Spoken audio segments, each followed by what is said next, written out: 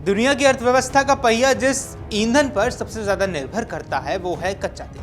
और जब इसी कच्चे तेल की कीमतों में अचानक बड़ा उतार चढ़ाव आता है तो उसका असर केवल पेट्रोल डीजल तक ही सीमित नहीं रहता, बल्कि वैश्विक बाजार से लेकर आम आदमी की जेब तक भी महसूस किया जाता है।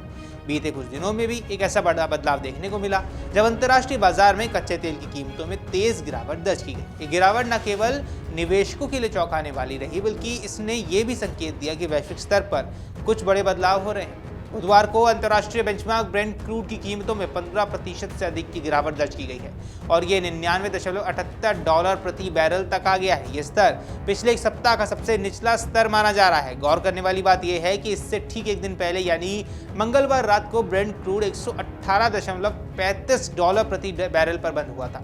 यानी कुछ ही घंटे के भीतर कीमतों में इतनी बड़ी गिरावट ने बाजार में हलचल मचाई है। इस अंतर्राष्ट्रीय गिरावट का असर भारत के घरेलू बाजार पर भी देखने को मिला है, जहां मल्टी कमोडिटी एक्सचेंज यानी कि MCX पर कच्चे तेल और के अप्रैल वायदा में तेज गिरावट दर्ज की गई है।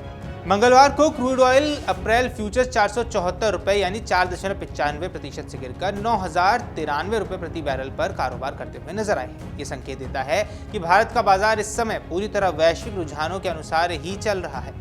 ऐसे में अब सवाल उठता है कि आखिर इतनी बड़ी गिरावट कैसे आ गई।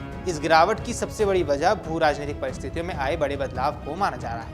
दरअसल हाल ही में डोनाल्ड ट्रंप ने संकेत दिया कि अमेरिका और ईरान के बीच जारी तनाव आने वाले 2 से 3 हफ्तों में कम हो सकता है।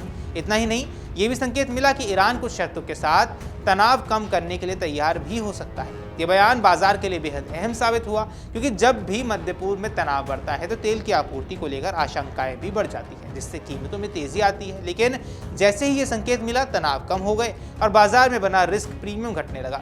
रिस्क प्रीमियम दरअसल वो अतिरिक्त कीमत होती है जो निवेशक संभावित खतरे को ध्यान में रखकर चुकाने के लिए तैयार रहते हैं। जैसे ही खतरे की संभावना कम होती है, ये प्रीमियम भी घटने लगता है। यही इस बार भी हुआ है। जिन निवेशकों ने तेल की कीमतों में तेजी की उम्मीद से पहले निवेश कर रखा था, उन्होंने अचानक मुनाफा वसूली शुरू कर दी, यानी उन्होंने अपने सौदे बेचने शुरू कर दिए ताकि उन्हें अच्छा मुनाफा मिल सके। इस बड़े पैमाने पर हुई बिकवाली ने कीमतों को और नीचे धकेल दिया।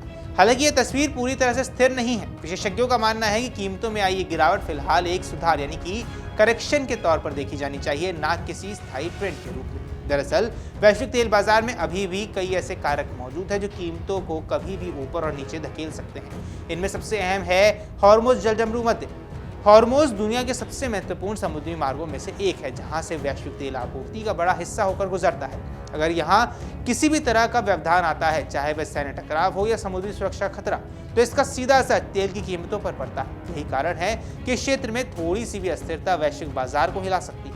भले ही अभी तनाव कम होने के संकेत जरूर मिले हैं, लेकिन जोखिम यहाँ खत्म नहीं हुआ है। इसके अलावा वैश्विक अर्थव्यवस्था से जुड़े संकेत भी बाजार को प्रभावित कर रहे हैं। खासकर अमेरिका और चीन जैसे बड़ी अर्थव्यवस्थाओं से मिल रहे मिले जुले आर्थिक आंकड़ों के निवेशकों ने असमंजस में डाला हुआ है। अगर अर्थव्यवस्था मजबूत होती है तो तेल की मांग बढ़ती है और कीमतें ऊपर जाती हैं, लेकिन अगर आर्थिक गतिविधियां धीमी पड़ती हैं तो मांग घटती है और कीमतों में गिरावट आती है। फिलहाल इन दोनों के बीच संतुलन बना हुआ है, जिससे बाजार में लगातार उतार चढ़ाव देखने को मिलता जा रहा है।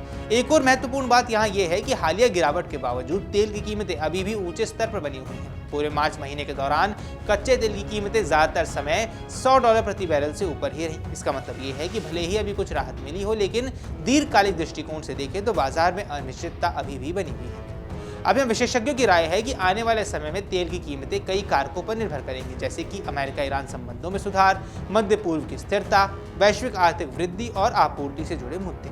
अगर ये सभी कारक सकारात्मक रहते हैं तो कीमतों में और गिरावट आ सकती है, लेकिन अगर इनमें से किसी भी मोर्चे पर तनाव बढ़ा तो कीमतें फिर से उछाल मार सकती हैं। कुल मिलाकर कच्चे तेल की कीमतों में आई ये गिरावट एक राहत जरूर लेकर आई है, लेकिन इसे स्थायी समाधान मानना जल्दबाजी होगी।